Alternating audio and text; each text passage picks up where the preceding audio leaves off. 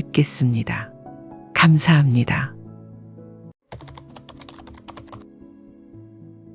나이를 먹다 보면 오랜만에 연락이 오는 사람들이 있습니다. 이런 사람들이나 친구들은 대부분 목적이 있기 때문에 연락하는 사람들이 많죠. 특히나 경조사가 있어 참석해달라고 요구하는 사람들이 많습니다. 이럴 때 여러분은 어떻게 하고 계신가요?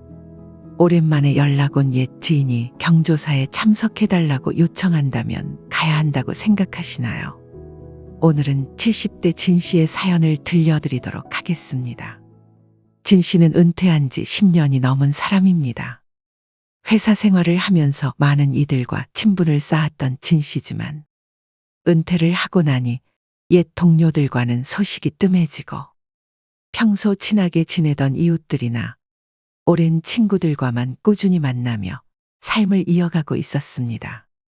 그러던 어느 날 옛 동료였던 황 씨에게 연락이 왔습니다. 진 씨, 잘 지내? 요즘 어떻게 살고 있어? 내가 바빠서 연락을 통 못했네.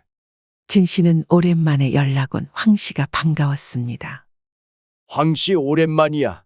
웬일로 연락을 다 했어? 무소식이 희소식이라고. 나야 뭐 잘 지내고 있지. 너무 연락이 없어서 나를 까먹었나 싶었지 뭐야. 그땐 연락도 안 받더니.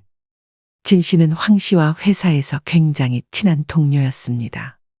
그러나 은퇴한 이후 연락을 잘 안 하게 되었고 점점 멀어졌던 사이였죠. 게다가 저번에 진 씨가 연락했을 때 황 씨는 연락도 받지 않았습니다. 아이, 뭐 별거 있나? 그냥 오랜만에 연락했지. 잘 지내고 있다니 다행이네. 그나저나 말이야. 요번에 옛 회사 동료들끼리 모이기로 했는데 너도 괜찮다면 참석하지 않을래? 진 씨는 안 그래도 요즘 많이 외로운 상태였습니다. 은퇴를 하고 나니 새로운 경험을 하기는 쉽지 않았고 옛 지인들과만 만나다 보니 똑같은 일상이 반복되어 지루함을 느끼고 있었죠. 그럴 때 마침 모임이 있다는 소식을 듣게 된 겁니다. 그래. 오랜만에 모인다고. 좋지, 나도 참가할게. 언제인데? 황 씨는 다음과 같이 이야기했습니다. 다음 주쯤에 모일까 하는데 시간 괜찮지? 그냥 몸만 와 밥은 내가 살 거니까. 진 씨는 밥까지 산다는 황 씨의 말에 문득 조그마한 불안을 감지했습니다. 응? 우리끼리 모이는데 밥을 왜 너가 사는데? 무슨 일 있는 건 아니지? 에이, 그런 거 아니야. 그냥 내가 연락도 안 하고 그랬어서 미안해서 그래. 시간 내주는 것도 고맙고 몸만 오면 돼, 알았지? 진 씨는 찜찜하긴 했지만 연락을 못해서 미안하다고 하는 말에 흔쾌히 수긍하였습니다.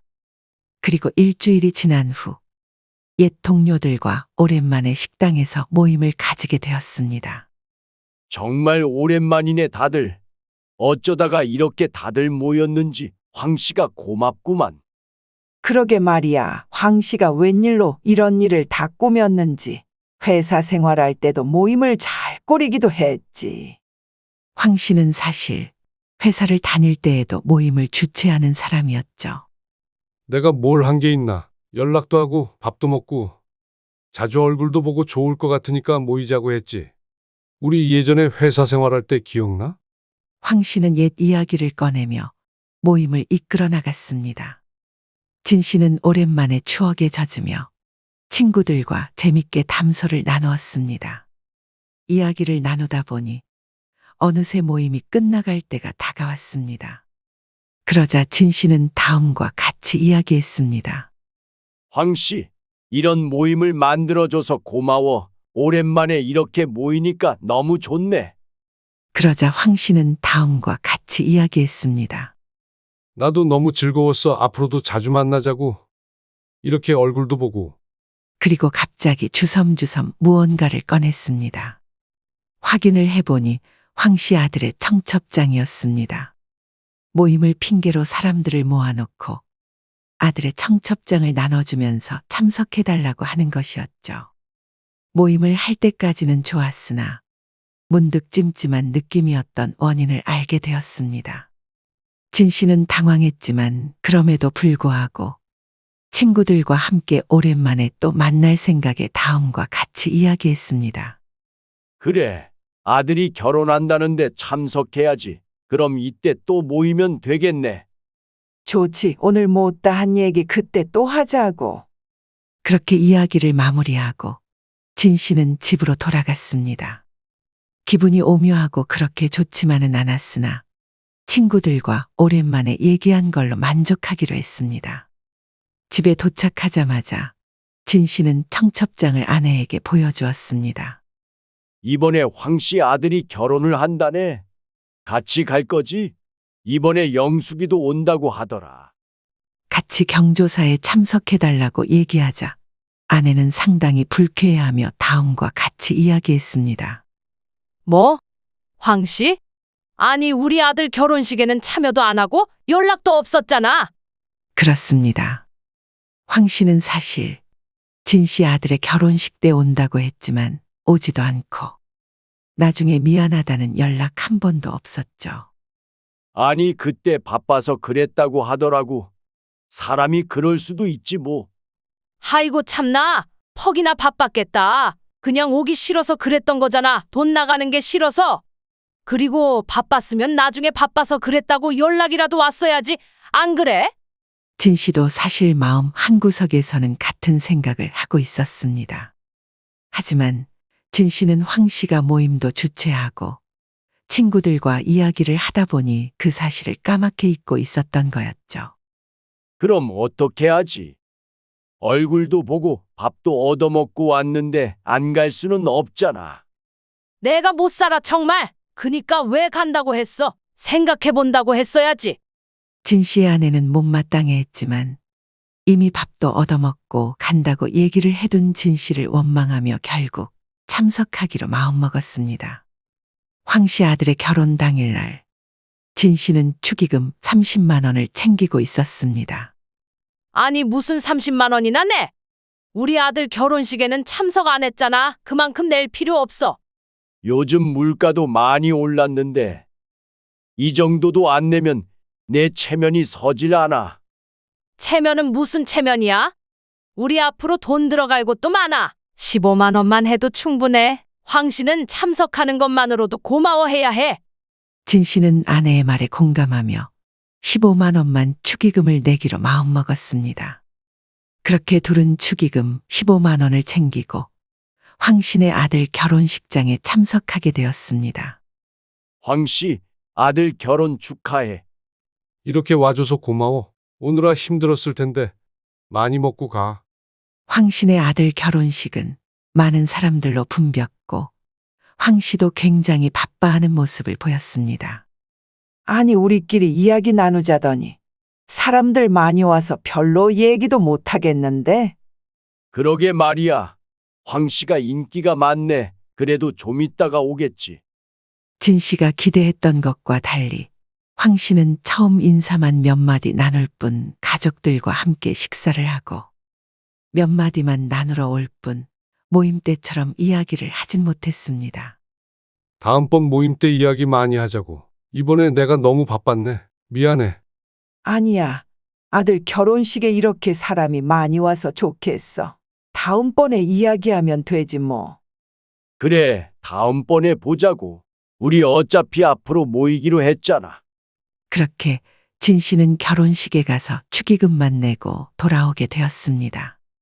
일주일이 지난 후 진 씨는 모임을 하기로 했던 황 씨에게 연락을 했습니다. 그런데 황 씨는 연락이 되지 않았고 하루가 지난 이후에도 연락을 했지만 되돌아오는 건 연결되지 않는 통화음뿐이었습니다. 그러자 진 씨는 결혼식 날 만났던 친구들 중 한 명인 영숙이에게 연락을 했습니다. 영수가, 우리 이번에도 한번 모이기로 했잖아. 기억나지? 진 씨. 맞아, 우리 모이기로 했지. 근데 황 씨가 연락이 없던데? 그래, 너도 연락이 안 되는 거지. 내가 전화해도 안 받더라고. 또 잠수 탄 거 아니야? 결혼식 때문에 잠깐 연락했다가 연락 안 하고 뻔하지 뭐. 뭐라고? 황 씨는 그렇게 연락이 되지 않았고 진 씨는 황 씨에게 큰 배신감을 느끼게 되었습니다. 진 씨는 그 이후로 경조사에 참석해달라는 말을 들으면 황 씨처럼 행동하는 사람들이 있을까봐 경조사를 피하게 되었다고 합니다. 진 씨의 이야기 잘 들으셨나요?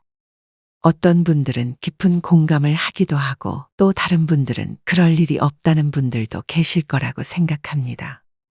그러나 퇴직을 하고 나서 오랜만에 연락이 오는 옛 동료들은 대부분 목적이 있기 마련입니다. 처음부터 목적을 꺼내기 민망하여 추억 얘기로 시작했다가 잘 지내는지 어떻게 지냈는지 묻기도 하지만 마지막엔 진짜 목적을 이야기하는 경우가 많습니다. 대부분 돈과 관련되어 있거나 경조사에 참석해달라는 이야기가 대부분이죠. 여러분은 어떻게 생각하시나요? 저도 예전에 오랜 옛 친구한테 연락을 받았는데 아들이 결혼하니 얼굴 좀 비춰달라고 하기도 했습니다. 오랜만에 만난다는 것을 핑계로 경조사비를 모으려는 목적도 있었겠죠. 많은 분들이 경조사에 참석하는 것을 인맥 관리의 노하우처럼 여기기도 합니다.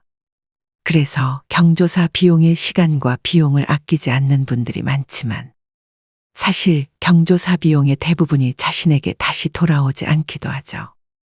나이를 먹다 보면 경조사에 참석해야 하는 경우가 많기 마련입니다. 한 조사에 의하면 평균적으로 많은 분들이 월 2회를 가장 많이 뽑았다고도 하죠. 최근 은퇴 후 적절한 노후 생활비는 210만 원으로 추정되는 데 비해 여기에 경조사 비용까지 포함하게 된다면 최소 250만 원 이상이 필요하게 됩니다. 누군가에게는 적은 돈일 수도 있겠지만 경조사 비용은 꽤나 큰 비용을 차지하기도 하죠. 그래서 노년기에는 인간관계를 복잡하지 않게 정리할 필요가 있습니다. 진짜 친한 사람들의 경조사만 참석하고 친한 사람이 아니고는 참석하지 않는 게 좋습니다. 오랜만에 연락한 친구의 경조사를 참석했다가 진 씨처럼 배신을 당할 수도 있죠. 가족들을 우선순위로 챙기고 그 다음에는 동반자의 지인 그리고 정말 친한 친구들만 챙기는 것이 좋습니다. 많은 전문가들이 퇴직 후에는 씀씀이를 줄여야 한다고 말하기도 합니다. 그럴 때 단골로 등장하는 비용 중 하나가 경조사 비용이라고 하죠. 하지만 막상 퇴직하고 보면 경조사비는 결코 쉽게 줄일 수 있는 지출이 아닙니다. 퇴직하고 나면 삶의 대부분을 차지했던 회사가 사라지니 마음속 한켠에는 공허함이 남아있기도 합니다. 그래서 많은 분들이 외톨이가 될까봐 두려워 누군가와 연결되는 기회라면 놓치지 않으려고 합니다. 그중 하나가 경조사이기도 하죠. 게다가 많은 분들이 체면 때문에 경조사 참석을 거부하지 못하기도 합니다. 변함없이 난 잘 살고 있다는 것을 보여주고 싶고 누군가에게 돈에 인색한 사람이 되고 싶지 않은 마음도 있는 경우가 많죠. 이런 마음을 이해 못하는 것은 아니지만 그래도 경조사 비용은 줄일 수 있으면 줄이는 게 좋습니다. 결국 세상을 살아가는 건 나 혼자이기 때문이죠. 거기에 친한 친구 한두 명, 가족들만 있어도 살아가는 데는 문제가 없습니다. 마음속으로도 진정으로 축하를 해주고 싶고 누군가의 슬픔에 공감하는 경우에만 경조사에 참석하는 게 좋습니다. 그리고 60대 이후 퇴직을 하게 되면 인간관계를 반드시 정리할 필요가 있습니다. 특히 다녔던 회사 사람들은 대부분 정리하는 것이 좋습니다. 많은 분들이 은퇴 후에도 직장 동료들과 지속적으로 소통하고 만나는 것이 유익하다고 생각하실지도 모르겠습니다. 사람들은 종종 직장에서 형성된 관계가 은퇴 이후에도 계속될 것으로 기대하지만 실제로는 이러한 관계가 기반이 약해져 서서히 사라지는 경우가 많습니다. 은퇴가 다가오면 일상에서 자연스레 줄어드는 만남으로 인해 이러한 관계들은 점점 희미해지고 마침내는 끊어질 수 있습니다. 한번 휴대폰에 저장된 연락처를 확인해 보세요. 직장 동료나 업무상 만난 사람들을 제외하면 실질적으로 연락할 사람이 많지 않을 것입니다. 특히 퇴직하기 전에는 하루의 대부분을 직장에서 보내기 때문에 은퇴 시점에는 주변 인간관계가 대부분 업무 관련된 사람들로 구성되어 있는 것이 일반적입니다. 따라서 은퇴 후에는 자신의 노후를 독립적으로 준비하는 것이 중요합니다. 은퇴 이후에도 이전에 다니던 회사의 동료들과 연락을 유지하고 만날 수는 있지만 그 대화들은 종종 나와 더 이상 관련 없는 과거의 이야기일 가능성이 높습니다. 이는 더 이상 나의 현재나 미래에 실질적인 도움이 되지 않을 수 있습니다. 그렇기 때문에 은퇴를 계획하면서 새로운 관계를 맺거나 다양한 취미와 활동을 탐색하는 것이 더욱 의미 있을 수 있습니다. 이를 통해 은퇴 생활을 보다 풍요롭고 활기찬 시간으로 만들 수 있을 겁니다. 또한 새로운 관계를 만들기 어렵다면 혼자인 시간을 보내는 것도 좋은 방법입니다. 살아온 날들에서 얻은 지혜를 바탕으로 자신만의 취미와 관심사를 탐구하며 새로운 발견을 하는 것이 중요하다는 걸 잊지 마세요. 이러한 과정은 자신의 발전 가능성을 무한히 확장할 수 있습니다. 혼자 있는 시간을 즐기는 동시에 자신의 건강과 웰빙을 챙겨보세요. 규칙적인 운동을 하고 균형 잡힌 식사를 하며 충분한 휴식을 취하는 것이 필수적입니다. 이 모든 것이 몸과 마음의 건강을 유지하고 삶의 질을 높이는 데 큰 도움이 될 것입니다. 더 나아가서 자신만의 공간을 창조적으로 활용하는 것은 어떨까요? 집은 단순한 거주 공간을 넘어 개인의 취향과 정체성을 표현하는 장소가 될 수 있습니다. 집안 정리와 장식을 통해 자신만의 안식처를 만들고 이곳에서 평화롭고 안락한 시간을 보내세요. 이처럼 불필요한 경조사 비용을 줄이시고 그 비용을 나를 위해 사용하는 현명한 노후 생활을 보내시길 바랍니다. 오늘의 내용은 여기까지입니다. 어떠셨나요? 오늘 내용이 도움이 되셨기를 바랍니다. 여러분의 행복한 노후를 인생의 소리꽃에서 항상 응원하겠습니다.